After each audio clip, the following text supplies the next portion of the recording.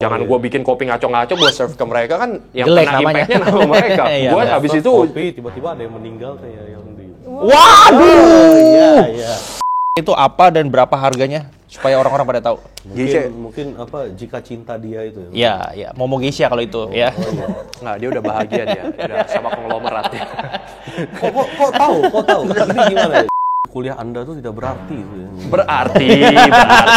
Kuliah itu berarti loh. Betul. Yang menurut gue yang nggak berarti lulus. Lulus itu menurut gue nggak berarti.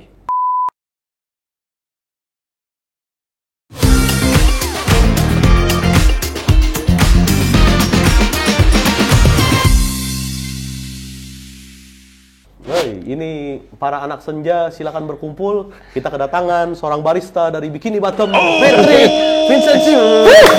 Dulu. Luar biasa. Nah ini apa kita kembali ke episode barista kembali nih. Ini kalau apa kita harus tahu dulu nih kan background dari Ko Patrick ini baru menang Indonesian Barista Championship 2023. 23. Wah ini sangat pencapaian yang luar biasa nih. Anak-anak senja mau minum kopi, cari. Nah itu luar biasa loh. Itu ikutnya dari mana dulu tuh? Kalau misalnya ikut kompetisi ini sendiri udah ada tiap tahun pasti ada. Jadi kayak kita ada organisasi namanya SCAI. SCAI itu dari singkatan Specialty Coffee Association, I-nya Indonesia. Oke. Jadi kalau yang globalnya punya itu namanya SCA aja. Nah biasanya tuh mereka tiap tahun suka bikin kompetisi dan Kaping dia, kaping. Silakan lanjut, bro. Silakan lanjut. senja banget. Ya, itu kan kurang anu aja nih di Samsung ya. Silakan. Naiknya cepet loh ntar. Ini kopi loh, ini kopi. Oke. Kamera bisa lihat ya, ini kopi ya. Oke. Terus. Ya, jadi tiap tahun kita organisasi ini ngadain kompetisi itu karena tiap tahun ada World Barista Competition juga yang ada beberapa cabang. Nah, jadi makanya dari situ biasanya setiap tahun tuh udah ada tanggalnya dari World Coffee Competition-nya. Jadi kayak oke, tahun depan bulan Mei tanggal 1 sampai 4 ada kompetisi di Busan. Nah, tugasnya SCAI ini yang dari Indonesia ini organisasinya menyesuaikan jadwalnya untuk ngadain kompetisi itu. Oke. Jadi dengan nyesuaiin itu supaya kita bisa ada cari juara sebelum bulan Mei buat dikirim nanti ke Busan bulan Mei. Juaranya itu kandidatnya yang akan nanti ke sana gitu ya, misalnya? Betul. Oh, oke. Betul. Kayak yang buat Busan ini nih, next-nya itu Desember ini kompetisinya diadain. Ini berarti lomba pertama tuh langsung menang tuh atau enggak gimana? Itu lomba keempat. Lomba keempat. Iya, dulu jadi sebelumnya menang juga tuh enggak atau gimana? Dua kali gue ikut, pertama gue belum pernah menang. Oh. Belum pernah masuk final pun enggak. Gue cuma masuk di regional, masih kayak di pinggiran banget, masih kecil banget, regional barat. Itu gue belum masuk sampai nasional. Oh begitu. Pas gue join, masuk Common Grounds. Common Grounds ini kan kayak company traditionnya tuh year to year tuh juara terus. Dari situ gue mulai belajar. Tahun lalu itu baru pertama kali gue masuk final. Jadi tahun lalu gue juara 6. Tahun ini baru juara 1. Oh. Wow. Tahun lalu tuh bos gue yang juara. Yesilia Violin. Oke. Dia bos gue, dia yang juara, gue juara 6. Tahun ini gue yang juara. Wih, luar biasa. Kita kasih applause dulu ya. Nah, ini sebelum kita masuk ke sebelum kita masuk ke Indonesian Barista Champion nih, kita mau tanya dulu nih. Dulu awalnya berarti barista tuh. Ya, barista part time doang. Tahun 2017. Itu sambil kuliah itu. Kuliah kan di Untar nih, deket sini. Oh, Masih ingat coffee shop apa berarti waktu itu pertama? Nine Cups, pas banget di sampingnya Untar. Oh. Jadi kalau gue yang di Untar yang lama ya, yang seberangnya Citraland. Iya, oke. Nah, sampingnya tuh gangnya tuh ada tempat fotokopian sama makanan banyak. Di situ tuh ada coffee shop, ada namanya Nine Cups. Dia gabung sama kos-kosan, karena ownernya satu di situ. Jadi gue pertama kali gue kerja di situ. Part time waktu itu satu shiftnya di situ 3 jam. Karena emang dia marketnya tuh mau ambil barista-barista yang sambil kuliah. Oh, emang Jadi nyari yang part-time. Iya, Ya. jadi enak tuh. Jadi gue Oke. misalnya kayak ada kelas nih jam 1 siang, gue bisa nge-shift dari jam 9 pagi sampai jam 12. Nah, Masuk jadi kelas. jam 12 sampai jam 3 itu orang lain gantiin. Jadi kita ganti-gantian terus. Berarti itu belajar pas di 9 Cup itu langsung belajar Iya, berarti. gue benar-benar belajar kopi dan gue bersyukur banget sama ownernya karena dia kasih kebebasan ke kita buat explore, nggak pernah jatah-jatahin lu sehari maksimal bikin minuman satu, enggak. Selama lu nge-shift, lu mau belajar apa, ngulik apa, di-provide semua sama dia. Oke.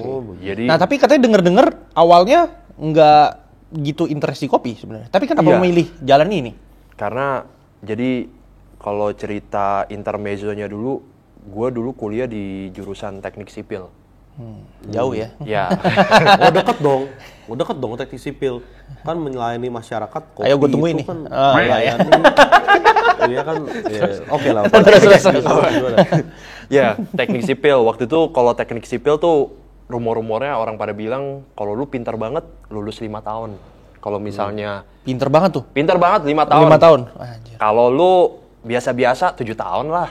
Oh, Biasa 7 tahun kan udah, abis itu lu udah DO sebenarnya. Jadi kayak jokes kita tuh karena kita kebanyakan main-main segala Iya. macam, ya 5 tahun oke lah, normal. Padahal normalnya kan 4 tahun lulus kan. Iya, iya. Nah, gue lulus yang pas gue tahun keempat, gue tahu nih gue bakal lulusnya nih di tahun kelima. Heeh. Tapi gue selalu suka kayak ada perasaan bersalah ke orang tua gue kalau misalkan gue tahu orang tua gue bertanggung jawab gue atas 4 tahun gue sepenuhnya. Iya, iya. Sisanya kalau gue lebih, ya itu resiko yang harus gue ambil. Ya udah, Bayar sendiri. gue bayar sendiri. Iya. Gimana caranya gue harus bisa bayar sendiri. Nah, makanya itu gue mikir apa ya kerjaan part time yang bisa gue start nih sekarang. Sambil nih. kuliah juga? Sambil kuliah. Waktu itu gue zaman suka nge-gym, jadi gue mikir, wah bisa jadi PT kali gue ya. Iya. Tapi PT nggak terima part time. Baru waktu itu gue suka motor. Apa gue kerja di bengkel ya? Mikirnya waktu itu sempat kayak gitu. Terakhir tuh cici kandung gue suka ngopi. Dia ngomong ke gue, kenapa lu nggak jadi barista aja? Part time di mana-mana enak kalau jadi barista. Dia orang mau terima part time. Ya udah gue mikir, ya udah gue coba deh. Akhirnya gue ambil kelas barista dulu. Gue ambil kelas barista, baru gue apply ke coffee shop. Oke. Jadi waktu itu tuh awal-awal gue kerja jadi barista, karena gue mau ngejar bayar kuliah gue pertama bantuin dosen penelitian paginya. Jam startnya itu kalau kuliah start jam 9, gue startnya tuh sekitar jam 5:30 pagi, gue udah di lab. Oke. Sampai jam 9 siang, baru gue part time ke 9 Cups itu. 9 Cups, gue part time, baru gue kelas sampai jam 4, jam 5. Baru setelah itu gue part time lagi, ada coffee shop di Peak yang jualan kopi susu. Tapi sekarang udah tutup. Nah, gue di situ, jadi gue part time di 2 tempat, sama satu lagi bantuin dosen.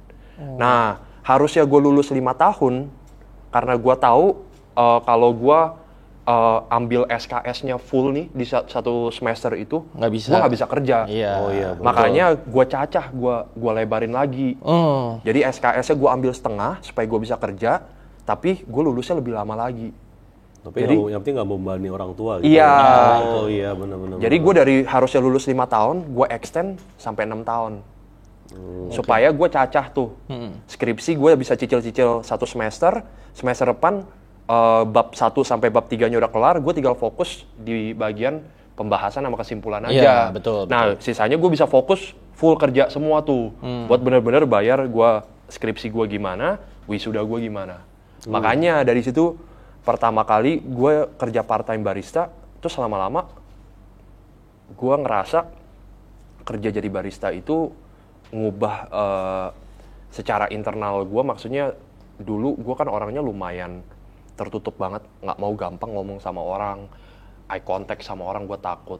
Tapi tuh yang pas gue kerja jadi barista, kayak banyak hal baru yang gue experience, yang malah ngefeknya lebih positif ke pribadi gue sendiri. Makanya dari situ gue mulai mau tekunin jadi barista, dan gue lepas benar-benar teknik sipil gue. Makanya dari situ. Orang tua gimana komentar itu saat itu? Jadi kuliah Anda tuh tidak berarti. Berarti. Kuliah itu berarti loh. Betul. Yang menurut gue yang nggak berarti lulus. Lulus itu menurut gue nggak berarti. Kenapa? Karena menurut gua kalau lu kuliah, wawasan lu kebuka. Ya. Lu Koneksi juga bagus. betul. Lu 4 semester aja menurut gua itu udah cukup, udah menjadi alasan lu sendiri lu perlu menyelesaikan kuliah itu atau enggak. Iya, iya. Menurut gua kuliah itu penting karena bakal ngebuka mindset lu. Lulus menurut gua nggak penting-penting banget. Menurut gua. Pribadi gua. Makanya dari situ orang tua sih pasti gelut lah. Gimana namanya, lu orang teknik sipil tuh kalau misalnya dibilang tuh dari satu angkatan itu mungkin tuh dari semester 4 itu udah 50% udah pada pindah jurusan semua. Biasanya gitu. Biasanya denger gitu, denger Iya, gitu. benar. pada cabut karena berasa kayak dijebak. Kayak maksudnya, wah susah banget nih, nggak bisa. Pada pindah Vkom. Ngomong jurusan kan gue. Nggak apa-apa bro, Pada santai. biasa pada lari ke situ. Iya. Vkom itu apa ya? Visualisasi komunikasi. Oh, visualisasi komunikasi. Ya. Itu kalau lulus jadi apa tuh ya? Ya kayak ente gini, Enggak, ngobrol gitu. saya manajemen bisnis. Tolong. Vkom bagus. Nah itu tadi, sorry tadi kalau misalnya tadi kan bilang kan kerja di 9 Cup, terus di Coffee Peak yang sudah tutup apa ya namanya tadi? Bisa di spill mungkin? Namanya waktu District 7.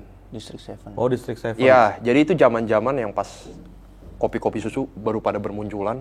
Jadi banyak banget yang pada langsung kayak latah sama trennya langsung pada ikutan buka semua. Oh, Waktu jadi itu kopi District 7 itu tutup karena Anda juga resign dari sana ya, Bro? Oh tidak. Tidak. Mungkin Saya kalau Anda tidak masih di sana. se-impactful itu. Oh iya. Saya tidak se-impactful itu. Oh, tapi jadi emang sekarang kalau misal kita bilang kopi emang pokoknya ini hidup gue ya udah gitu ya. Iya. Tergantung pribadi masing-masing sih ya. Kalau gue personally tipikal orang, kalau gue emang udah suka sesuatu dan fokus sesuatu, gue nggak kasih 100% lagi. Gue kayak kasih emang sepenuhnya.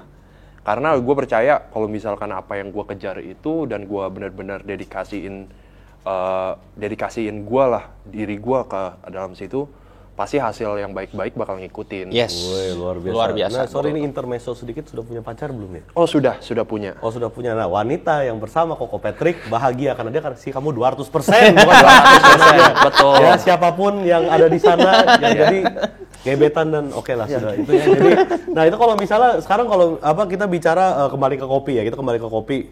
Dulu waktu awal-awal tuh belajar apa aja sih kalau misalnya jadi barista itu? Oke. Anggap gua orang awam nih, gua nggak ngerti nih, gua pengen belajar. Dan memang orang awam, Orang awam.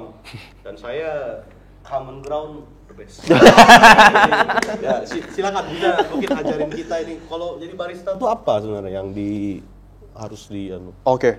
Jadi kalau dulu gue yang awal-awal gue langsung ambil kelas. Jadi banyak kelas barista di beberapa tempat nih. Gue ambil waktu itu di Tanah Merah. Tanah Merah. Oh Ya. iya, terkenal. Kenapa gue ambil di situ? Karena kelasnya 3 hari, harganya menurut gue worth it juga. Di hari ketiga, kita diperbolehkan nge-shift di dalam bar dia. Untuk nge-experience, untuk implement apa yang kita pelajarin selama 2 hari itu.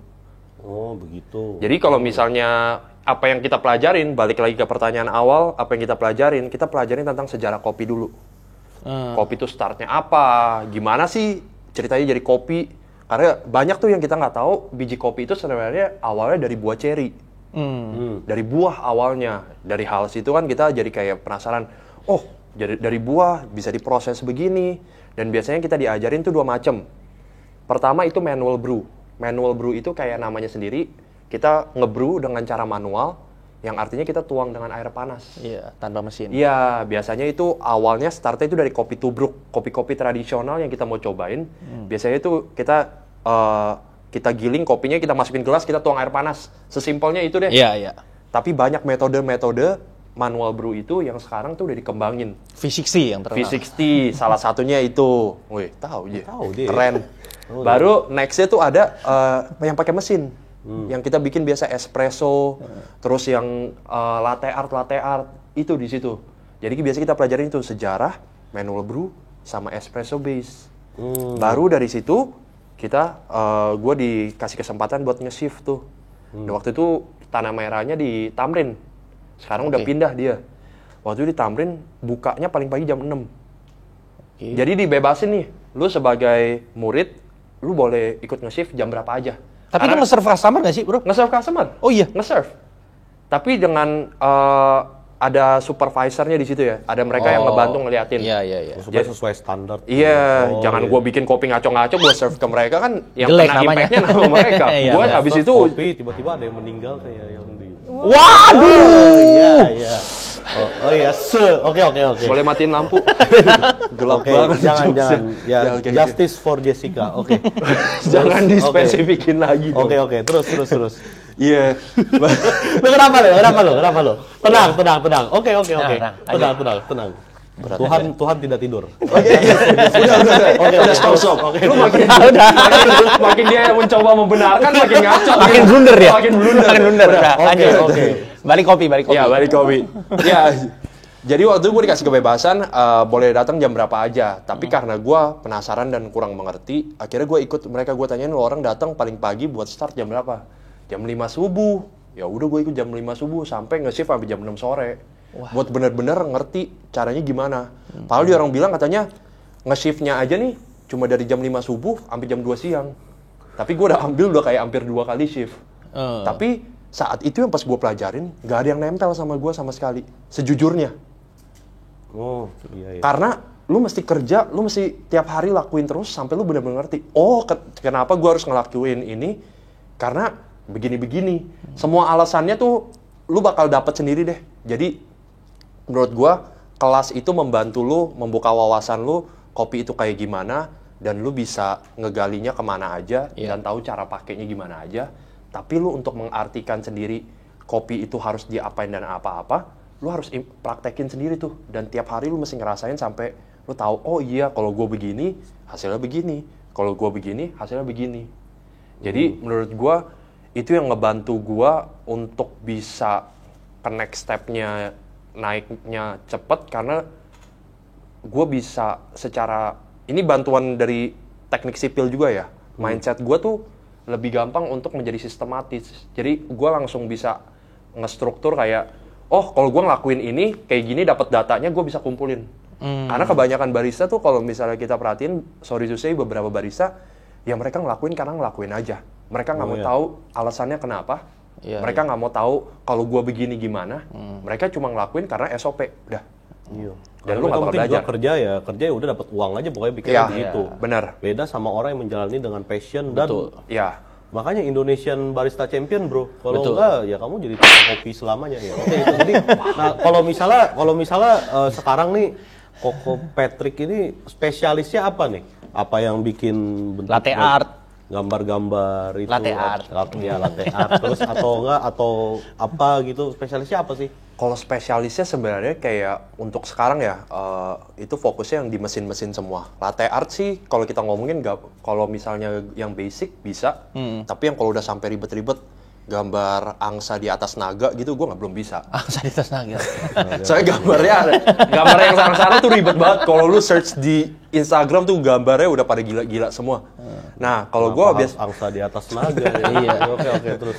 Jadi seakan gue fokusnya tuh sebenarnya kayak tasting ke arah kopinya, quality-nya kayak gimana, potensinya kayak gimana. Karena sekarang gue kerja di roastery di Common Grounds. Jadi kalau misalkan kita blend kopinya banyak banget, gue harus bisa tahu nih kopinya standarnya gimana. Kalau ada perubahan ke arah yang lebih baik atau arah yang lebih jelek. Kalau misalnya ada komplain atau apa, gue harus tahu komplainnya di mana dan cara benerinnya gimana. Jadi fokusnya ke arah situ semua sekarang gue. Berarti kritik-kritik masuknya ke Anda semua itu? Iya. Betul. Jadi kayak misalnya kopinya kayak, kok kopinya rasanya sedikit beda ya begini-begini. Gue harus ada alasannya. Nggak bisa, gue harus bisa ada data yang untuk ngegali problemnya di mana.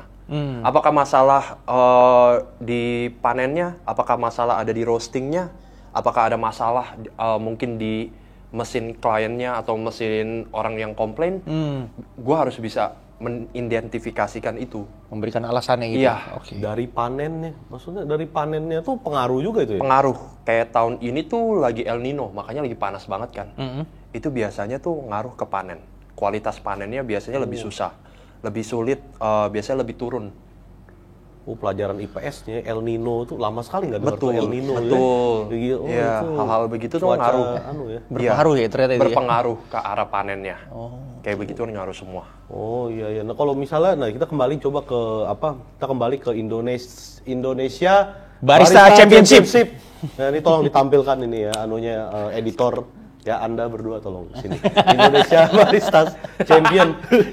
Nah itu katanya pernah bikin blunder juga tuh pas pas lagi lomba bikin blunder sampai akhirnya yang harusnya mungkin juara satunya lebih cepat jadi malah kalah tuh. Iya. Katanya hangover ya itu bener ya? Oh. Ada benernya sedikit. Oh ada bener ya? Ada benernya sedikit. Nah, pengaruh alkohol. Makanya Van, kurang-kurangin Van. Oh tidak. Lanjut. Oke, ini. Jadi kalau buat di kompetisi kita selalu ada terms kalau misalnya ngomong bahasa Indonesia tuh kesialan selalu ada, shit always happen. Iya. Seberapapun siapnya kita, pas kita ada di stage, pasti ada aja hal-hal yang kita nggak perhitungkan itu kejadian. Makanya kenapa kita lakuin latihannya terus gila-gilaan, itu supaya kita bisa mengantisipasi itu. Kita menemukan masalah-masalah itu. Oke. Semakin cepat kita menemukan masalah itu, biasanya kita lebih siap. Jadi kalau misalnya di stage atau apa kita ada kesalahan, kayak gini deh sesimpelnya, gue seumur-umur latihan, gue nggak pernah jatuhin gelas. Tapi yang pas gue di stage, Bisa aja. nggak tahu gimana karena lu grogi atau apa, tangan lu keringetan atau apa, yang pas lu ambil gelasnya jatuh. Bisa aja, dan lu harus cepet mikirnya. Gimana lu harus bisa langsung dari situ lu langsung bikin kayak gimana lagi. Oke. Makanya kita bisa antisipasi dengan cara misalnya kita sediain cadangan gelas. Jadi kalau gelas satu jatuh, lu bisa ambil gelas baru lagi. Oke. Hal-hal begitu tuh, kesalahan-kesalahan pasti ada. Jadi yang pas tahun lalu yang paling fatal yang gue lakuin ya penggiling kopinya ketukar. Jadi penilaiannya itu kan kita ada tiga course. Ada espresso, ada milk beverage, sama signature beverage. Oke. Jadi itu kalau misalnya kita espresso ini kita nge-serve kopinya harus sama semua. Kalau milk beverage nge-serve kopinya juga harus sama semua. Yang signature beverage juga harus sama semua. Nah, kebetulan waktu itu di signature beverage-nya itu tuh gue pakai grinder tuh secara berbarengan tuh kiri kanan. Karena emang alasannya gue mau campurin 2 kopi ini jadi satu. Oke. Nah, itu diperbolehkan. Baru buat milk beverage-nya harusnya kan gue pakai yang sebelah kiri doang. Baru yang beverage terakhir gue sebelah kanan doang. Oh mesin tuh 2 berarti Iya, ya? mesinnya tuh 2. Oke. Iya, jadi nih mesin 2 ya. Yang pertama nih gue pakai kiri kanan barengan. Oke. Yang kedua gue harusnya pakai kiri doang. Tapi lu pakainya kanan. Yang paling terakhir harusnya gue paling kanan doang. Nah, yang paling terakhir gara-gara gue udah terlalu sering running terus, yang paling terakhir gue pakai kiri sama kanan. Jadi otak gue ketuker sama yang di bagian signature beverage yang paling pertama. Nah, itu waktu itu gue seumur-umur latihan gak pernah ngelakuin kesalahan itu. Tapi gue udah tenang lah, gue udah ngerasa, oh udahlah aman lah. Gue kompetisi ini nggak ada masalah semua segala macam. Udah, yang pas lihat nilai pengumuman juara 6. Jujur waktu itu target gue cuma masuk semifinal, cuma masuk 12 besar. Gue nggak expect sampai masuk final. Oke. Karena menurut gue belum siap lah masuk final. Jadi kayak nothing tulus. Cuma waktu itu di situ gue belajar banget kalau ternyata usaha untuk lu juara 1 sama lu memposisikan juara 6 itu lu tinggal kayak bedanya tuh lu berani mimpi gede aja. Gue tuh mimpi gue tuh terlalu gue kecilin ke semifinal. Padahal usahanya ini untuk jadi juara 1 sama lu juara semifinal sama aja. Sama aja. Berarti Lu mindset nggak yang membedakan. Hah? Mindset yang membedakan. Mindset yang membedakan. Wah ini luar biasa. Ini potongan TikTok ini nanti nih. FYP langsung. FYP pasti. potongan TikTok. Nah itu kalau dulu berarti bisa ikut kompetisi ini, maksudnya emang pergi sendiri kompetisi atau emang ada misalnya contoh, nih bosnya, dulu waktu kompetisi kerja di Common Ground atau enggak? 9 Cups. Masih di Nine Cup masih ya? di 9 Cups. Itu bosnya 9 Cup yang suruh atau emang pergi sendiri aja tuh gimana tuh? Jadi kalau waktu itu gue yang mau. Kalau kompetisi tuh Pak, kalau lihat kompetitor yang disuruh karena kantornya nyuruh lu sama lu Dia mau beda tuh. aduh bakal beda banget. Beda banget ya. Bakal beda banget. Waktu itu jadi gue udah kerja 1,5 tahun di 9 Cups. Menurut gue butuh challenge baru untuk naik ke next step-nya. Yang Iya. gue nggak tahu next step-nya itu apa, gue nggak tahu. Tapi menurut gue udah cukup bersyukur gue bisa kerja di bagian bidang yang gue sangat passionate about. Gue butuh balance, di mana gue harus melakukan sesuatu yang gue nggak suka. Gue dari kecil, gue bukan orang kompetitif. Oh, Gue benci banget kompetitif. Gue jiwa kompetisi gue tuh sangat rendah. Sesimpelnya kalau misalnya ada cewek, terus gue tahu nih gue ngedeketin dia dan temen gue ngedeketin dia. Gue tipikal, gue mundur. Udah lu ambil aja. Gue tipikal yang nggak mau nge-fight for something. Karena if it's meant for me, gue nggak perlu nge-fight segimana mungkin. itu prinsip lu dulu Itu sampai sekarang. sampai sekarang. Yang menurut gue jadi kontradiksi. Oh, Waduh. menarik ya. Drive-nya jadi beda. Orang di mana-mana ambisius, gue mau harus juara satu, juara apa. Gue sampai sekarang kayak juara menurut gue bonus. Yang penting gimana impact-nya ke pribadi gue. Nah, makanya dari waktu itu, yang pas setelah gue 2018, gue bilang ke Cici, gue mau kompetisi. Yang menurut dia itu gila. Kenapa? Karena yang pas kompetisi itu mesinnya tuh gede. Mesinnya bisa kita sekali bikin langsung jadi banyak. Berapa? 3 grup? Iya, kalau yang di World 3 grup, tapi kalau buat nasional itu 2 grup. 2 grup nih kita ngomong nih, jadi kita bisa bikin kopi tuh, pencetannya tuh kepalanya, buletannya ada 3 shower screen-nya. Iya. Jadi kita bisa sekali bikin langsung banyak. Tapi di Nine Cups waktu itu mesinnya cuma 1 grup. Cuma 1 doang. Lu mau latihan gimana? Iya. Di situ kan. Cuma gua bilang ke dia dulu, gua mau. Sisanya di sini nih gue percaya kalau lu bener-bener mau, apapun ada jalannya. Ini potongan TikTok lagi nih, bagus. Bagus. Gila. Luar biasa ini. Jadi waktu itu emang berarti pergi sendiri aja pokoknya, berarti ane mau lomba Iya. gitu. Jadi ditemenin, maksudnya direstuin sama bos gue. Dan the next step-nya itu ya kita cari tempat latihan. Baru setelah itu kita udah kita daftar dulu dan ada harus ngebayar segala macam. Sisanya udah latihan, persiapin sampai kompetisi. Kompetisi ditemenin sama bos gua, sama coach gua segala macam buat ke sono. Karena kompetisi ini lu nggak bisa kalau cuma lu sendiri. Iya, nggak bisa lah. Lu butuh tim. Pasti. Tapi saat itu yang pas 2 tahun pertama, gue ngelakuinnya hampir dibilang one man show. Gue sendiri gue ngelakuin semua. Sampai gue masuk bener-bener Common Grounds, gue baru tahu, oh ternyata punya tim kayak gini. Akan sangat membantu ya. Iya, tapi gue bersyukur juga karena gue udah lewatin one man show itu, gue jadi ngerti semua. Oh, oke. Gue nggak dimanjain. Sorry to say, kalau misalnya kompetisi tuh, kalau timnya itu mereka yang ngerjain. Jadi tim gue tuh yang tahu barang-barang gue kayak gimana. Gue nggak boleh stres. Lu murni khusus pas itunya doang Iya, ya? Pas jadi gue lombanya duduk. doang ya? Yang pas udah mulai masuk panggung, baru gue handle semua. Sisanya itu gue Mereka udah prepare semua udah ya? prepare semua. Kalau yang timnya banyak kayak gitu. Betul. Gue sampai sekarang, tapi gue nggak mau segitunya. Karena apa? Kita jadi gue orangnya susah percaya kan. Jadi gue mesti ngecek semua barang-barangnya itu ada di situ semua. Kalau enggak, gue nggak bisa tenang. Iya. Jadi tiap kali kalau gue kompetisi, ya sama pacar gue, sama Derika. Derika tuh yang preparein semua. Tapi gue ngecek kayak, oke dah, baru bisa tenang. Kalau gue nggak lihat bentuknya kayak gimana, gue nggak tenang. Iya.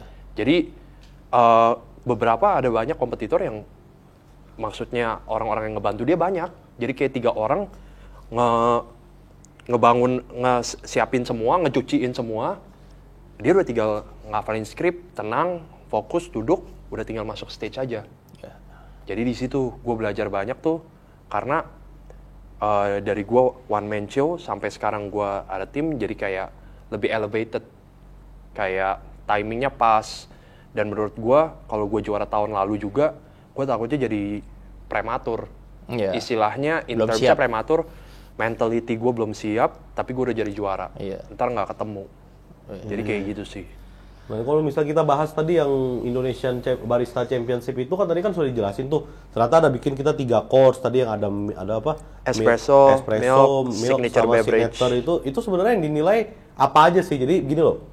Mungkin teman-teman yang barista yang lagi kerja, mungkin Anda part sip-sipan di Janji Jiwa atau dimanapun, mungkin yang mau ikut juga jadi kompetisi Indonesia Barista Barista. Championship pun tahu gitu loh, apa yang sebenarnya yang Tolak dinilai sih ukurnya, sama tolak ukurnya ukurnya. apa sih? Sampai tadi katanya ketukar mesin aja sampai nilainya 0 itu, berarti kan ada beberapa kriteria yang emang Betul. nah itu apa aja sih sebenarnya sih, bisa nggak Jadi kalau di- misalnya ada dijelaskan? yang dinilai itu ada 2, sensory, rasa kopinya, Heeh. rasa minumannya, satu lagi technical. Oke. Technical ini, jadi kalau misalnya kita ngomong ya dari angka juri di depan gua itu yang sensory itu yang duduk ada 4. Ini yang bakal nyobain, yang gua bakal serve minumannya. Dari 4 ini ada head judge-nya. Head judge-nya ini gunanya apa? Head judge-nya ini biasanya ini yang paling senior. Nanti kalau misalnya abis mereka minum, dia nyobain satu-satu lagi minumannya. Buat apa? Ngekalibrasi nilainya. Oke. Jangan satu nilainya lebih rendah, satu tinggi banget, satu rendah banget. Jadi gunanya head judge itu buat abis itu di belakang mereka bahas. Nilai lu kenapa sih gini? Iya. Kenapa sih gini? Harus ada alasannya semua. Oke. Oh, juri pun ada anunya ya, ada Head-nya lagi. Oh, ada head. Jadi 4 di depan gua, 1 berdiri di samping. Dia bakal mondar-mandir terus. Oke. Buat ngecek judge-nya, kalau misalnya nggak nangkep apa yang gua ngomong, dia bakal bisikin ke satu-satu judge-nya. Ada instruksi apa, bakal dijelasin lagi ke dia. Baru yang kedua, ada technical. Technical judge nih ada 3. 2 tuh bakal ngikutin gua terus. Gunanya apa? Dia ngelihat gue cara bikin kopi gimana. Oke. Jadi kalau misalnya di mesin kopi tuh ada namanya portafilter. Portafilter itu nanti gambarnya bisa keluarin sini ya. Iya. Woi, sip. Wah, ini mulai nih. Bagus Sorry, ini. nyusahin, Bagus sorry, ini nyusahin. sudah Sorry, sudah nyusahin. mengerti. Jadi Editor, dia- tolong munculin banyak. Jadi waktu itu ngomongnya mangkok kecil waktu itu awalnya. Enggak, dulu tak pikir itu begini, orang Oke, awam. intermezzo dulu Ini ya. itu kan ada yang kayak sendok gitu kan. Nah, Itu ya. kan isi taruh cukup Ya, ya. itu kan bener kan? Nah, Paham, itu. paham, Tolong ya. editor lagi Ya, di ya. sini ya. Jadi portafilter itu gunanya kan yang kita masukin kopinya, baru kita tekan, kita tamping, baru kita masukin ke mesinnya. Nah, dari kalau gue mau bikin minuman, itu perlakuan gue ke portafilter 1 dan portafilter 2 itu harus sama. Oke. Jadi itu gunanya technical. Misalnya portafilter 1 yang pas gue bikin kopi, gue ketok di grinder 1 kali. Yang kedua, kalau misalnya gue ketoknya 2 kali, itu nilainya langsung beda.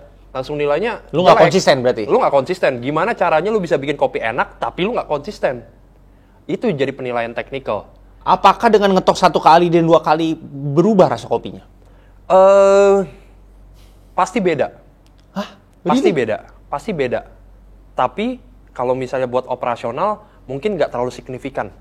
Tapi kan ini karena kompetisi, kita kedisiplinan kita diceknya dari situ. Wah, gila Perlakuan lu portafilter 1, portafilter 2, lu mau ketok 2 kali, ya semuanya harus 2 kali, harus sama rata. Kalau 1-2 Iya. gitu ya. Oh. Jadi lu mesti konsisten bikin dari portafilter 1 sama portafilter 2 itu harus sama. Kalau beda, nilainya langsung jelek. Jadi penilaiannya semua Kok dicek. ketat banget ya bro ya? Iya. Sebenarnya iya, kalau misalnya lu makin baca ntar kayak dia ada kriterianya semua segala macam, itu ribet. Menurut gua ribet. Banyak banget hal perspektif yang diorang ngenilai sampai lu harus ada ngebilas, lu harus ngelap, hygiene lu dinilai. Oh, Lu hygiene pun dinilai. Iya, lu nggak boleh yang misalnya begini nih, Dahsyat memangnya. kayak lu sampai kacamata, pegang kacamata, pegang rambut, Nggak boleh. itu udah nggak boleh.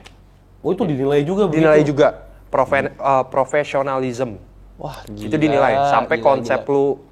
Jadi penilaiannya overall. Makanya kenapa kayak barista ini yang kita bisa bilang sorry to say kayak paling prestige karena ribetnya tuh dari segala arah, dari teknik, dari kopi, dan kita harus ngomong terus. Ngomong terus sih nggak harus, tapi kita harus bisa ngejelasin kenapa.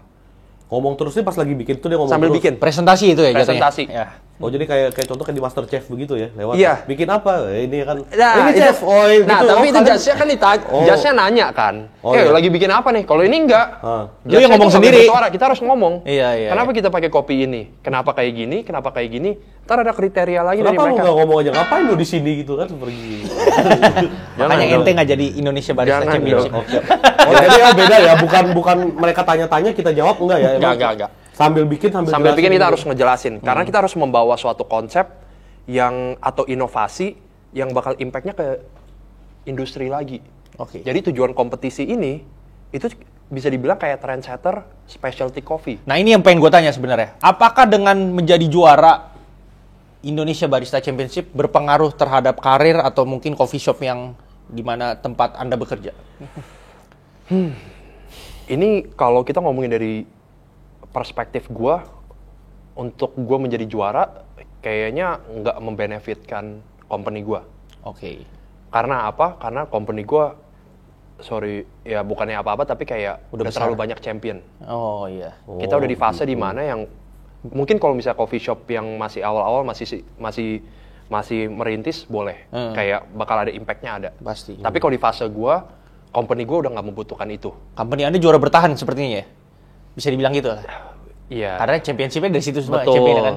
Kalau kita hitung, kita kumpulin tuh mungkin pengalaman kita juara berturut-turut itu bisa kayak hampir ya 8 sampai 10 tahun. Wow. Dan yang Common ground itu ya. Common ground luar biasa. Jadi maksudnya company gue nggak membutuhkan. Mungkin impact-nya secara pribadi ke gue. Tapi kalau bisa mengubah hidup orang, bisa. Tergantung kita mau implementasinya kayak gimana. Contohnya salah satunya mentor gue, Michael Jasin, itu kalau di cafe depan tuh ada foto dia yang di Susu Diamond, yang ada fotonya lagi, ya. Itu ya orang itu. Dulu ya. dia brand ambassador kopi kenangan juga. Oke. Kalau kopi kenangan lu kemana-mana tuh ada yang klinis, yang Ya, ya, tatoan. kopi Ya, kenangan ya, tahu. ya. Yang tidak pernah juara champion barista itu berarti. Dia ada finalisnya loh. Ya, oke. Tapi kan yang menang common ground. Oke, Lanjut bro. Lanjut, Gak apa-apa bro. Silakan air dulu di minum. Bisa minum dulu ya. Lama-lama di sini nanti Anda diminum juga itu kopinya itu ya. Iya. Udah habis kayaknya. Oh, udah habis tadi sih dulu sebentar. Oke. Iya, bisa mengubah hidup orang bisa. Karena dari situ kayak contohnya dia dari jadi juara itu dia bisa ngegali ke hal-hal yang lain.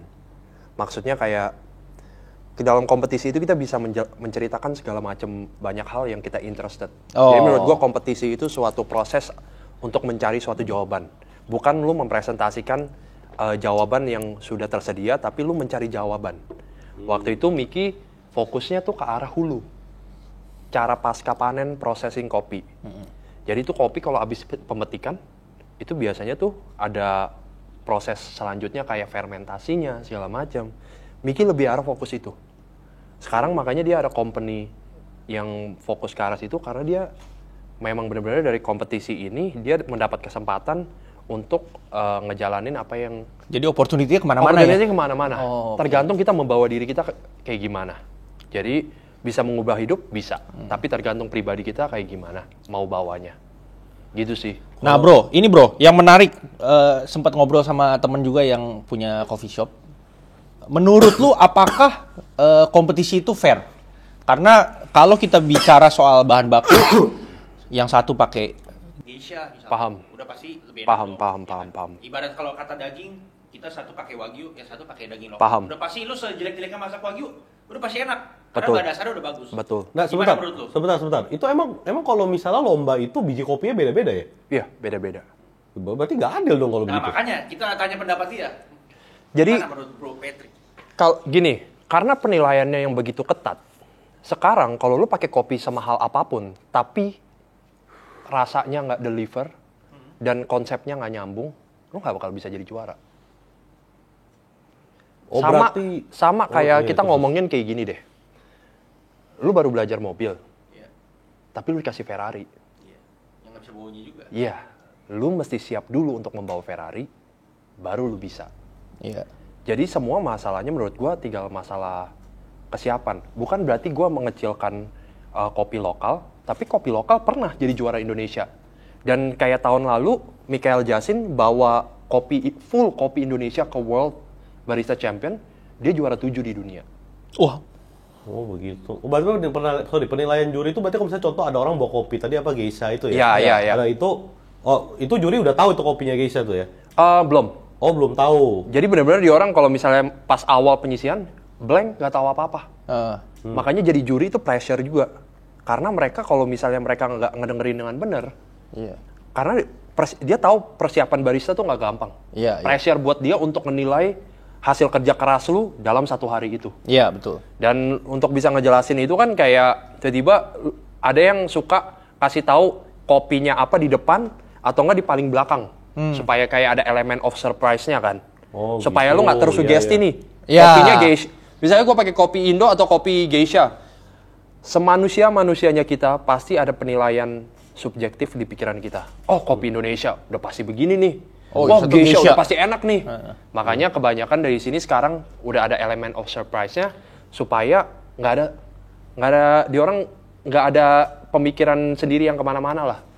Nah, kalau ngomongin dari permasalahan lu, Fair apa itu gua nggak? setuju. Oke. Kalau kadang-kadang bahan baku itu menjadi penilaian juga yang kadang-kadang kurang fair juga buat semua orang.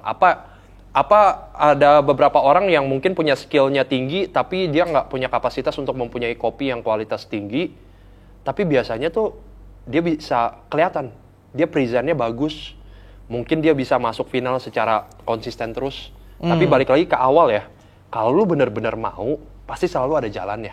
Oh, oke. Gue waktu itu yang pas gue kompetisi kedua gue pakai kopi Indonesia dari Cianjur dan gue peringkat 14. Oh. Oke. Waktu itu lawan kopi geisha dan segala macam. Wow. Jadi dari 24 orang untuk masuk semifinal tuh 12 besar. Gue juara 14. Waktu itu ada yang samperin gue bilang, lu kalau butuh kopi apa, lu butuh investor buat ngeinvestasiin, ngomong ke gue. Waktu itu customer gue yang ngomong. Oh, jadi Karena dari situ jadi ada network juga ya? Iya. Oh. Jadi menurut gue kayak kalau lu potensi lu kelihatan, lu bisa nge-highlight itu. Lu mau pakai barang apapun, orang tuh bisa lihat value lu kayak gimana. Oh. Pasti orang tanpa lu harus meminta tolong ke orang bakal nolongin lu. Oke. Karena waktu itu yang mindset harus kita punya adalah bukan gua mau pakai kopi terbagus apa, tapi apa yang gua punya, gua harus maksimalin itu. Mindset yang gua punya sampai sekarang kayak gitu. Wih. Beda sama Jadi apa yang ada saat itu ya? Kalau apa lu yang prinsipnya ada gitu ya? saat itu gua harus maksimalin, bukan gua harus mendapatkan kopi yang The best. standarnya paling the best. Iya. Karena kalau misalnya lu dapat kopi the best tapi lu sendiri belum siap untuk nge-serve itu, nggak ngerti variabel itu, Iya. nggak ada guna, Jack. Hmm. Jadi mindset gue waktu itu apapun yang gue punya, gue maksimalin dari situ. Sisanya hasilnya ya udah, hasilnya berbicara. Orang kalau misalnya mau ngebantuin, ya pasti bakal ngebantuin. Makanya gue bilang dari sisi situ ada nggak fairnya bener. Betul. Tapi kalau nilai secara keseluruhan pasti ada jalannya pasti. Karena ya tadi ada technical jury juga Iya, gitu kan. ada Jadi technical. Lu mau pakai kopi bagus-bagus, technical lu jelek, nggak bisa tembus juga. Iya. Jadi cukup fair. Iya, nggak.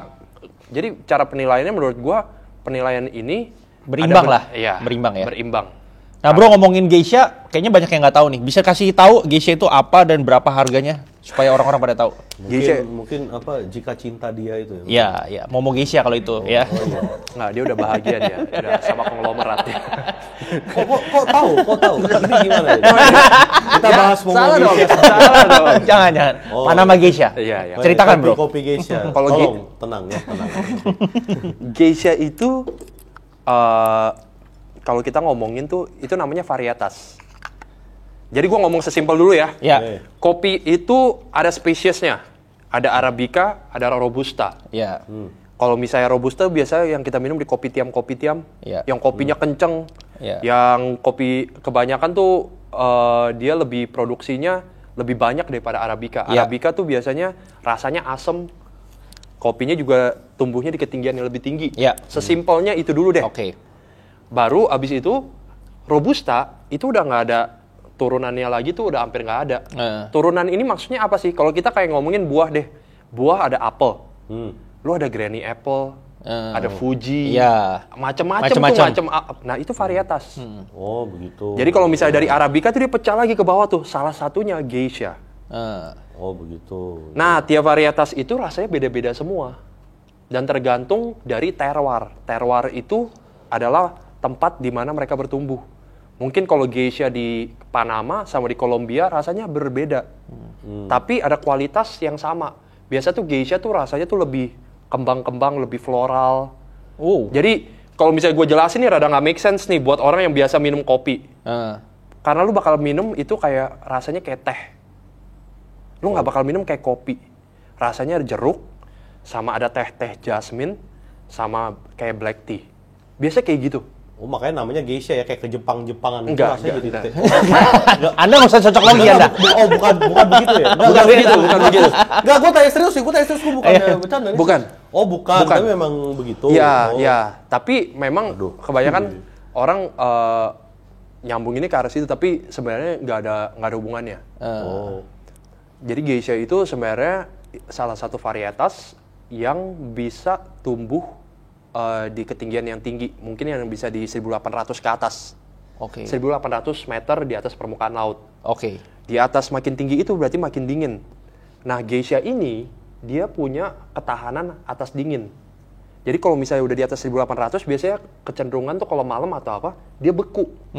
Dia tuh bisa bertahan di beku itu. Oh. Makanya ini varietas yang sebenarnya mahal karena didapetin tumbuhnya sangat tinggi, yang artinya Tempatnya tidak banyak. accessibility-nya Iya. sangat sedikit dan yielding-nya sangat sedikit. Dan biasanya tahun ke tahun itu, cara kita membeli geisha itu dengan bidding, Wow.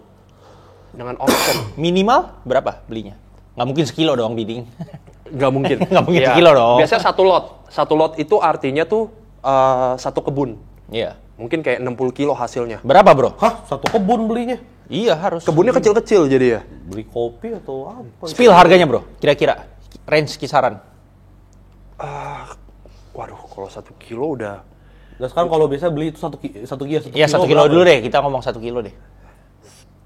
Kayak gue jual 100 gram biasa. 100 gram yang baru-baru kita jual itu 500.000. 100 gram 500.000. Udah 500.000. Kalau 1 kilo misalnya 5 juta. itu udah mateng ya. Iya. Lu tinggal pulang, lu giling, lu seduh. Oh, udah di roasting berarti? Udah Oke, roasting. oke, Nah, oke. yang gua ngomongin yang bidding ini tuh masih Ijo, biddingnya masih mentah, ijo. masih hijau, masih mentah. Oh. Karena habis itu, nah biasanya biddingnya itu udah sampai ribuan dolar, sampai puluhan ribu dolar. Oh. Waktu itu ada yang paling mahal tuh waktu itu kalau sorry ya, kalau correct me if I'm wrong, baru-baru ini yang tahun ini ada yang per 25 kilonya itu hampir tembus kayak udah 300-400 juta. Itu berarti sistem bidding angkat gitu? Iya, penawaran tertinggi gitu mainnya kayak gitu? Online. Oh online? Online. Masukin harga, Iya, ketik gitu? Iya. Jadi kalau misalnya Era digital, bro. iya. Soalnya kebanyakan nonton Batman itu yang angkat-angkat Bruce Wayne itu nggak ada itu. Ya terus lanjut. Oke, lanjut. kayaknya ada dendam pribadi gitu Iya, kalau iya. Bukan. Emang gitu dia, emang. Maksudnya kita jelasin ini kan era digital. Mungkin nanti sebentar ada Indonesian Champion Barista melalui Zoom. Oke, lanjut. Oke, ada boleh, sih boleh. beberapa yang pakai video. Oh, sudah Jadi kirim terjadi video. loh, sudah terjadi loh. Iya, jadi Buatan Devon sudah terjadi. kirim video doang, dikumpulin dinilai. Oh, Nah, oke, jadi oke. kurang lebih geisha gitulah. Kurang lebih. Semuanya pakai bidding. Kecuali lu ada koneksi yang kenal sama petaninya, mungkin lu bisa jalur Orang kayak dalam. bisa beli lah. Bagi beberapa. dikit dong. Iya. Ya. Tapi biasanya kayak gitu lu belinya nggak bisa satu lot doang, lu mesti beli kayak 4 sampai 5. Waduh. Iya, jadi lu langsung beli harus banyak. Karena kan Gitu, iya. dia istilahnya jual rugi. Kalau misalnya dia jual auction ternyata harganya lebih tinggi, ini dia kan pukul Iya. rata harga nih. Gua Iya. kasih harga lu segini deh. Iya. Ternyata di bid ternyata harga lebih tinggi. Ngapain? kan Mending bocor gua jual buat yang dia. lebih tinggi dong. Benar. Iya, benar. Makanya kurang lebih kayak gitu. Kalau ada hubungan baik, biasanya kita bisa beli duluan sebelum dia auction. Jadi geisha itu lumayan spesifik kopi yang high tier karena itu. Tapi geisha juga tiernya banyak, ada yang kayak dari yang paling rendah sampai yang tinggi juga. Kalau Nah, ngomongin harga nih bro, ngomongin harga. Lu kan sering ikut championship, berarti kan ngebakar, kita bahasanya ngebakar duit. Ngebakar lah. duit. Iya dong, lu latihan, Paham. trial error segala Setuju, macam. setuju. Berapa biaya yang dihabiskan untuk mengikuti sebuah perlombaan tuh, kalau untuk orang-orang yang pengen ikut, berapa duit yang harus dibakar? Waduh. Kisaran ngomongin aja. gua ya, gua Iya, ngomongin gua iya, ya. lu aja, kisaran aja. Company gue kayaknya kalau misalnya gue keluarin sama kita ngomongin susu, listrik Semuanya? sampai itu ya bisa ratusan juta sih. Ratusan juta. Ratusan juta. kalau nggak juara tuh dipecat nih kayaknya. Lebih berat malah diledek terus sampai setahun. Ya, itu justru ada supaya resign makanya begitu. Tapi kalau Supaya dipecat quiet kan, quitting ya? Kalau dipecat kan Supaya quiet quitting. udah pesangonnya uang kopi geisha. Bener juga. Uangnya. Oke. Iya, jadi keluar tuh sebenarnya nggak, kalau kita hitung tuh nggak murah sih. Karena listrik aja gede kan. Listrik buat mesin kopi gitu udah berapa ribu watt. Dan lu latihan sampai malam. air yang lu pakai, susu yang lu pakai, kopi yang lu pakai buat latihan. Hal itu kalau misalnya gue hitung-hitung dulu yang pas gue masih jalan sendiri ya, itu gue habis aja udah 15-20 juta sendiri. Iya. Ini sama company yang memang udah Bisa ada disupport lah ya, budgetnya, disupport dan emang fokusnya biasanya udah sampai world, mereka ngeluarinnya biasanya udah sampai gitu, udah sampai ratusan juta. Wah, gila. Nah itu bicara world tadi nih. Tadi kan menang Indonesian Barista Championship tuh juara 1. Habis itu katanya dikirim ke world ya berarti. Iya, harusnya dikirim tahun ini ke Athens. Kompetisinya semua di Athens, tapi Athens tuh di mana, Cuk? di Greece, Yunani. Wih, gila Yunani luar biasa. Setara Dewa Zeus. Iya. Ya, terus itu. Tapi gue nggak direstuin sama Dewa Zeus nih, karena visa gue nggak keluar. Oh, Karena- nggak keluar visa. Nggak keluar visa, karena waktu itu problemnya permasalahan visa waktu itu si Greece itu baru pindah Schengen. Jadi waktu itu pas kita cek, jeda gue juara nasional dan untuk world itu cuma 4 minggu. Jadi pertama terlalu mepet dan waktu itu masuk ke high season. Yang artinya gue harus mencari visa Athens tuh waktu itu Greece udah full semua. Dan embassy di sini tuh lagi pindah kantor. Makanya waktu itu yang dalam 4 minggu itu kita cari cara negara yang paling dekat sama dia dan yang bisa kita dapat appointment-nya mana. Waktu itu kita udah coba Denmark. Udah gitu, pokoknya yang paling terakhir gue coba tuh akhirnya masuk lewat Spanyol. Tapi ketolak juga. Nah makanya dari situ ketolak tuh, yang pas ketolak ya gue langsung kasih tahu ke SCA-nya. Jadi gue email, gue bilang gue visa gue ketolak, nggak bisa nggak ada terms mereka tuh deferred candidacy, artinya kandidasi kita sebagai champion itu ditunda ke tahun depan. Jadi 2023 gue bakal compete di 2024 yang tahun depan ini di Busan. Oke. Tapi di Busan ikut berarti ya? Ya, jadi di Busan karena gue nggak dapet visa, tahun depan nih gue berangkat sama champion yang baru, kita berdua bakal ke Busan, compete di Busan bareng. Waduh. luar Jadi perwakilan biasa. dari Indo ada 2. Perwakilan di Indo ada 2, salah satunya ada di depan kita loh. Gila. Luar biasa. Ini kasih biasa aja. Nah ini kalau misalnya tadi kita bicara tadi sudah kompetisi, kita mau tanya kalau misalnya jadi barista itu sebenarnya jenjang karirnya ada nggak sih? Kalau kita tadi kan mulai dari barista kan, jenjang karirnya tuh ada nggak gitu? Karena kemarin kita waktu ada kita interview yang barista pertama tuh dia katanya sampai jadi supervisor. Nah kalau di tempat 9 Cups itu ada nggak tuh 9 Cups? Oke. Bukan 2 girls 1 cup ya, jadi Wow, itu wow. tolong Gila. 9 cups itu Udah ada jangan kemana-mana, jangan kemana-mana. Ayo. Dia makin blunder. Dia makin kacau. ya, itu ada jenjang karirnya nggak gitu, maksudnya bisa jadi apa ada nggak itu? Oke. Kalau gue personally yang pas gue pertama kali masuk, gue nggak pernah kepikiran sampai ada jenjang karirnya apa. Tapi gimana caranya gue bikin itu jadi jenjang karir. Tapi untuk sekarang, kalau untuk operasional cafe, itu biasanya paling tinggi jadi manajer. Karena lu jadi barista, baru jadi head barista, biasanya dari head barista lu naik lagi ke supervisor, baru lu jadi manajer. Oke. Baru dari manajer, nggak mungkin kan lu apply jadi owner kan? Iya, Ya, mungkin. nggak mungkin. Paling mentok pasti lu kerja di bawah owner, pasti jadi manajer. Oke. Tapi di industri yang gue kerja sekarang, itu lebih luas. Karena gue kerja di roastery. Yang artinya itu lebih arah fokus ke hulu. Yang tadi gue omongin tuh ke arah lebih hilir. Yang benar-benar yang kopi dari roasting udah masuk. Kalau di gue itu lebih banyak karena banyak jabatan-jabatan yang kayak masih niche banget gue bilang. Kayak coffee trainer, terus kayak quality assurance, quality control, itu kayak market masih sedikit banget orang yang punya kapabilitas itu. Dan kayak roastery manager, dan kayak misalkan kayak gue ngomongin Michael Jasin, kayak prosesor kopi, yang kerja sama bareng petani, sebenarnya banyak banget. Wah, gila ya. Sebenarnya banyak banget. Dan sekarang company juga lebih banyak, kayak misalnya yang coffee trading, udah ada company-company yang green beans trading, yang misalnya kebanyakan dari negara Singapura atau dari mana, mereka ngumpulin kopi, terus mereka jual-jualin jadi trader. Itu banyak juga, kita bisa masuk ke situ juga. Jadi kalau kita ngomongin jenjang karir, sebenarnya luas. Antara lu mau bikin itu jadi karir lu, atau lu mau stay di situ aja.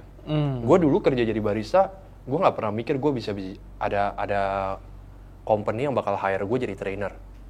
Jadi gue ngerasa apa yang gue lakuin, apa yang gue percayain, ya udah kita fokus di situ, tapi kita kembangin value dengan cara ya kembangin dari sisi lain juga. Iya. Kalau dari waktu itu gue fokusnya yang pas gue kerja di barista, karena otak gue teknik sipil banget dan gue suka dengan bermain dengan data dan statistik, gue bisa ngumpulin itu, tapi gue kembangin dari sisi lain dengan soft skill juga, dengan public speaking, dengan gue ngomongnya harus kayak gimana.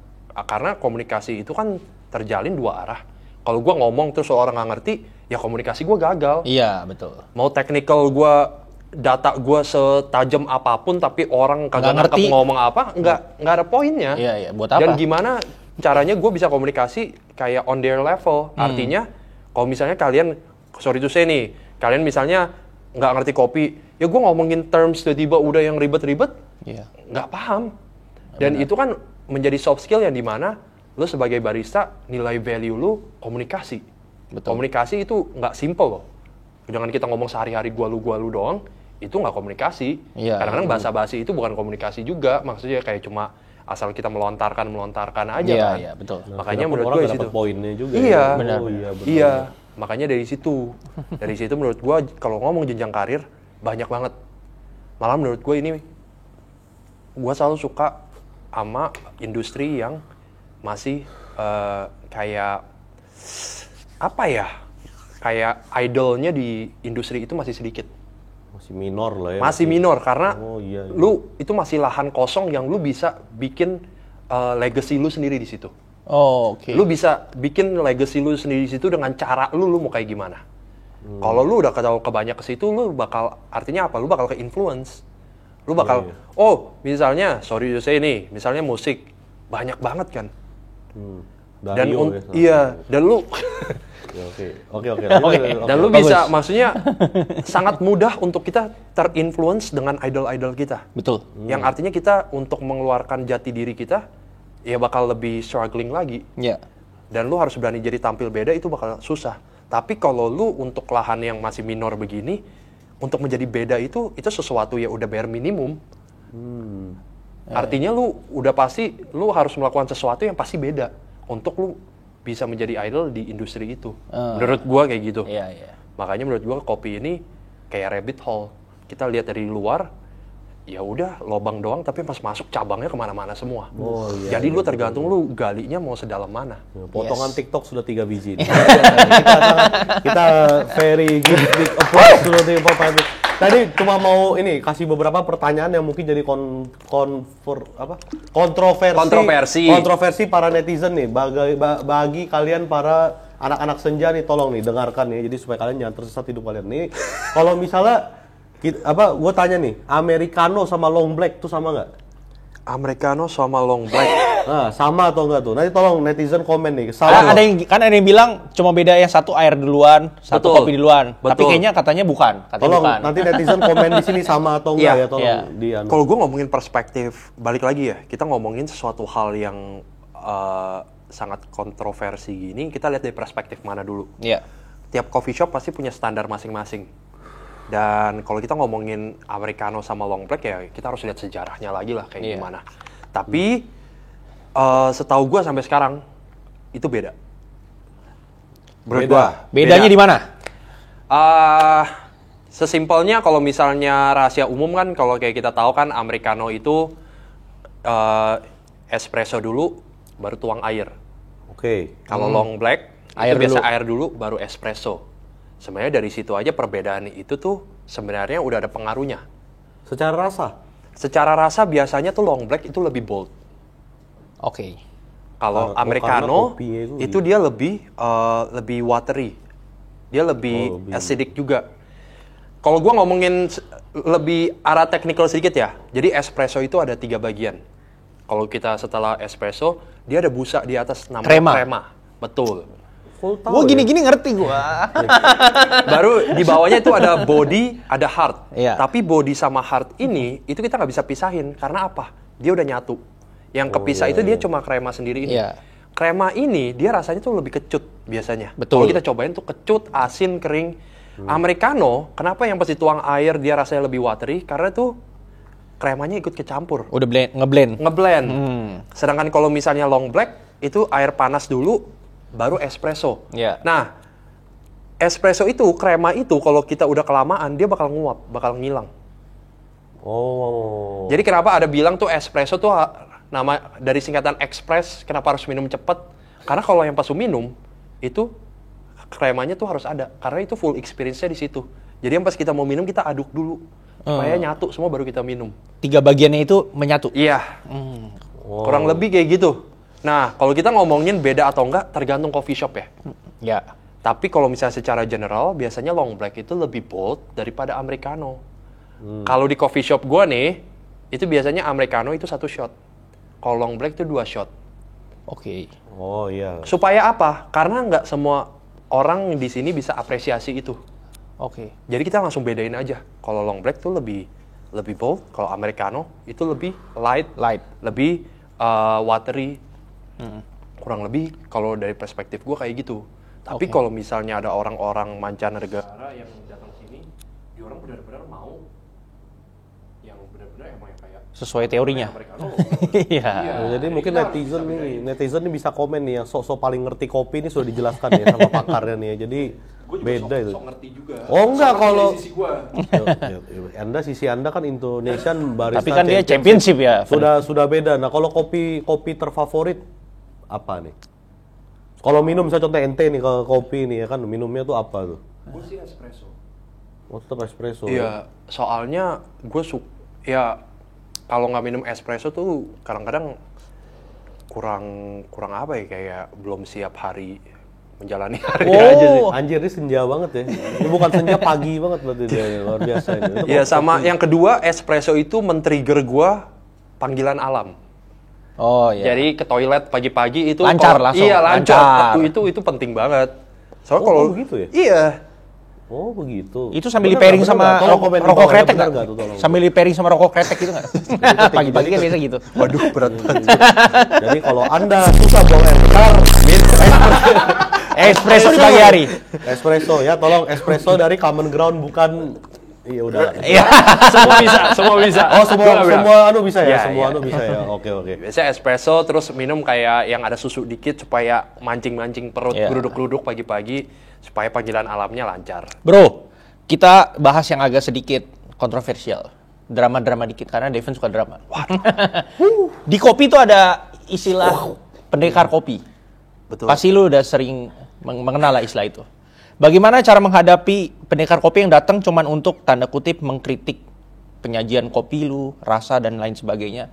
Dan menurut lu apakah dengan kehadiran pendekar kopi ini membuat industri kopi semakin berkembang atau malah jadinya kayak bikin kubu-kubu nih? Nah. Wah, kalau pendekar kopi ya. Pendekar kopi sebenarnya kalau kita ngomongin lagi luas banget ya. Tapi menurut gua dan maksudnya kita di Common Grounds, pendekar kopi itu sebenarnya orang yang sangat curious, sangat penasaran sama kopi. Oke. Dia lagi panas-panasnya, lagi penasaran-penasarannya untuk belajar kopi. Iya. Makanya dia cari jawaban pertanyaan dia itu ke coffee shop. Mungkin dengan cara yang kurang tepat, dengan cara yang menjudgment atau dia kayak kasih opini dia ke kita. Atau dia menanyakan sampai terlalu detail. Jadi menurut gua kalau kita sih biasanya kalau misalnya ada pendekar atau apa yang misalnya, gue mau kopi yang begini. Kalau memang dia tahu apa yang dia mau dan kita nggak nyusahin kita, pasti kita ikutin. Lu lakuin? Kita lakuin. Walaupun itu berseberangan dengan SOP company? Kalau misalnya sampai berseberangan dengan SOP company, pasti kita udah precaution dulu. Kayak kita udah kasih tahu dia. Disclaimer. Kak, ini nggak sesuai SOP kayak gini, kakak bersedia coba nggak? Maksudnya kalau takutnya kalau misalnya nggak cocok, ya sorry to say, jangan ini nyalain nggak kita. Ya nggak sesuai SOP kita. Dan biasanya pasti barista-barista kita itu make sure dulu sama kapten supaya boleh nih ngikutin maunya Approve. dia. Soalnya kan pasti banyak banget request orang yang suka aneh-aneh. Iya, Selama nggak nyusahin kita dan itu pasti kita ikutin. Oke. Karena itu bagian part dari hospitality. Service. Service. Nggak bisa kita jaga juga ya. Iya, dan untuk pendekar untuk masuk ya yang membawa cerita-cerita lucu ya pendekar-pendekar kopi sebenarnya. Menurut gua, yang menambah warna itu ya pendekar kopi. Oh. Jadi lu nggak menanggapi pendekar itu sebagai sesuatu yang negatif? Enggak, Sama sekali. Malah semakin banyak pendekar berarti semakin banyak yang mau belajar kopi. Dan lu Menurut gua senang itu ya. Dan gua senang itu. Dan lu tinggal nomor HP supaya ikut kelas saya. Tidak buka kelas. Nah, oke, terus kalau misalnya dapat ini paling terakhir ya, dapat customer sebelum nih 2 terakhir lah nih. Kalau dapat customer paling aneh bagaimana nih? Ya salah satunya pendekar itu. Pendekar juga ya, yang memang Anda sudah sok tahu aneh Anda ya. Enggak, kalian hanya penasaran. Cuma cara penyampaiannya mungkin bisa lebih baik untuk mau memulai komunikasi. Iya. Kadang-kadang kita untuk meruntuhkan pendekar itu kita harus ikutin mau dia dulu, baru kita kasih pengertian lagi ke dia. Biasanya Masuknya pelan-pelan ya bro? Iya, masuknya pelan-pelan. Nggak bisa kita langsung kayak, enggak, gue nggak mau SOP gue. Tapi kalau pendekar kopi bisa contoh nih dia minta ABCD nih, lu kasih sesuai SOP aja mereka tahu nggak sih sebenarnya? Nggak tahu. Nggak tahu. Nggak tahu kan? Iya. Lu bohongin pun juga mereka nggak tahu sebenarnya kan? Cuma kan kalau gue kasih SOP dan ternyata lebih enak, pasti dia ngomongnya, tuh kan pilihan gue bener nih, lebih enak nih. Padahal enggak. Padahal anu ya. Iya, padahal kalau misalnya kita ngomong, tipu aja ya berarti ya. biasanya kalau gue ya, pas gue di Nine Cups, karena kan gue di Common Grounds udah nggak nge-shift di bar. Yang pasti Nine Cups kalau misalnya ada orang yang datang kayak gitu, gue langsung kasih coba 2. Yang dia minta sama yang gue minta. Yang SOP gue. SOP, oke. Dan kebanyakan pasti dia ngerasa pasti yang SOP lebih enak. Dan dari situ kita kan Tapi dia berani mengakui nggak pertanyaannya? Oh iya ternyata bener nih, yang punya lu lebih enak gitu. kebanyakan pasti kayak ada kekeh sedikit lah. Ya, mereka denial pasti. Pasti. Denial. Cuma kan ini tugas kita sebagai barista kan harus bisa menginfluence mereka, membawa opini mereka dari sini ke sini. Iya. Dengan cara ya kita tahu nih apa yang kita kerjain tuh apa aja tujuannya. Iya. Makanya biasanya kalau gue sih kayak waktu itu sempat ada pendekar, masalahnya nih pendekarnya baru pertama kali datang ke Nine Cups. Dan maksudnya belum ngerti SOP kita gimana. Tapi dia mau kayak, Mas gue mau 18 gram keluarnya begini ya, segini detik. Terus aku bilang, wah kak, sorry nih kak, kalau misalnya sampai sespesifik itu nggak bisa, soalnya aku harus kalibrasi lagi kan. Iya. Kakak bersedia nggak cobain dulu yang kita biasa buat kayak gini gimana? Dari situ ntar kalau misalnya kurang cocok, kita bisa adjust bareng-bareng lagi kak. Oh iya. Dari situ kan penyampaianya enak. Dia pendekatannya bagus ya, approach-nya bagus. Bosnya bagus ini. Makanya punya pacar. Takutnya kalau pendekar-pendekar itu kan kadang rese udah terima kopinya pas diminum dia bikin konten. Kayak mana? Ya sudah. Oke lah, itu ada ya kode blue. Jangan sentuh yang itu. Ya sudah, kode blue mantap. Ya, jadi paling ini terakhir. Benar-benar terakhir. Ayo, Van. Terakhir nih. Kalau misalnya buat teman-teman yang ini jangan tips dan trik jadi barista deh. Tips dan triknya supaya bisa jadi pemenang Indonesian Barista Championship. Nah, tips dan triknya bagaimana nih? Mungkin terakhir sekali nih. Kalau pemenang ya, menurut gue itu bukan harus salah nanya sih kalau gue. Sorry banget ya, kayak maksud gue gini. Gue tipikal yang mau juara itu bonus. Iya. Jadi juara 1 itu bonus. Juara 2 bonus, juara 3 bonus. Gue lebih menghargai progres sama perjalanan yang gue lakuin. Wih, sedap. Karena menurut gue kalau lu fokusnya ke juara, yang pas lu juara, terus nextnya apa? Kalau gue selalu apa yang gue kerjain, gue pengen industri yang gue kerjain, dimanapun gue yang berpijak, gue ada kontribusi ke industri itu. Menurut gue itu motivasinya lebih benar atau lebih tepat, karena kalau lu untuk menjadi juara doang itu jadi kurang kuat motivasinya. Juara tapi and then lu ngapain? Dan menurut gua kalau juara ya sebenarnya balik lagi kayak kita ngomongin balik lagi ya, lu pakai kopi paling mahal, lu latihan dengan coach yang juara, modal yang kuat, ya lu bisa jadi juara. Betul. Tapi value lu apa yang lu mau sampein yang pas lu jadi juara itu apa? Karena menurut gua juara itu balik lagi bonus, yang terpenting sekarang adalah kontribusi gue ke industri ini apa.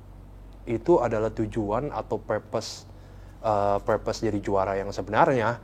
Dan menurut gue itu kebanyakan gak perlu menjadi juara untuk menjalankan itu. Wow. Menjadi juara itu, kompetisi menurut gue jadi kayak panggung. Gue menjadi juara itu adalah supaya ada penonton atau ada orang mau ngedengerin gue. Iya. Kita semua punya pegang mic, pegang speaker. Tapi kalau lu nggak juara, lu ngomong-ngomong nggak ada yang mau dengerin Betul, lu. betul. Tapi lu jadi juara, lu kredibel. Iya. Untuk lu ngomong, orang percaya itu. Kapabilitas lu langsung naik. Kapabilitasnya langsung naik. Dan menurut gue yang itu membantu gue adalah di situ. Saat gue menjadi juara, saat lu menjadi juara, Orang lu lebih denger. dengerin. Iya. Tapi dan dengan itu juga comes with a big responsibility juga kan. Iya. Tanggung jawab lu lebih besar. Dan lu harus bisa bertanggung jawab dengan apapun yang lu keluarin dari mulut lu. Karena apapun yang ngomong orang jadi percaya. Karena lu kredibel. Iya, iya. Jadi menurut gua untuk menjadi juara ya, mungkin untuk menjadi juara ya lu harus benar-benar ngegali pribadi lu mau kayak gimana. Ini nggak terlepas lu menjadi juara di industri ini ya. Iya, dimanapun. Dimanapun. Menurut gua balik lagi lu ngegali, lu tanya alasan lu kenapa lu di industri ini. Kenapa? Karena menurut gua pertanyaan itu bakal beranak terus. Kenapa barista? Kenapa nggak ini? Dari situ kita ada timbul pertanyaan lagi. Kenapa gua nggak begini ya? Kenapa nggak begini? Timbul lagi pertanyaan lagi. Dari kenapa itu lu bakal pelan-pelan tiap tahun lu bakal adaptasi, lu bakal cari dapet tuh purpose lu apa di sini. Dan menurut gua purpose gua buat tahun ini ya terus bakal berkembang ke tahun berikutnya. Purpose-nya bakal terus berubah.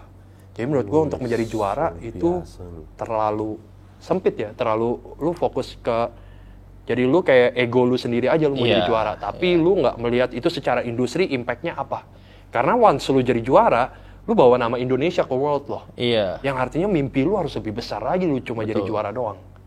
Dan boleh nggak sesederhana itu ya? Iya. Wow, luar biasa.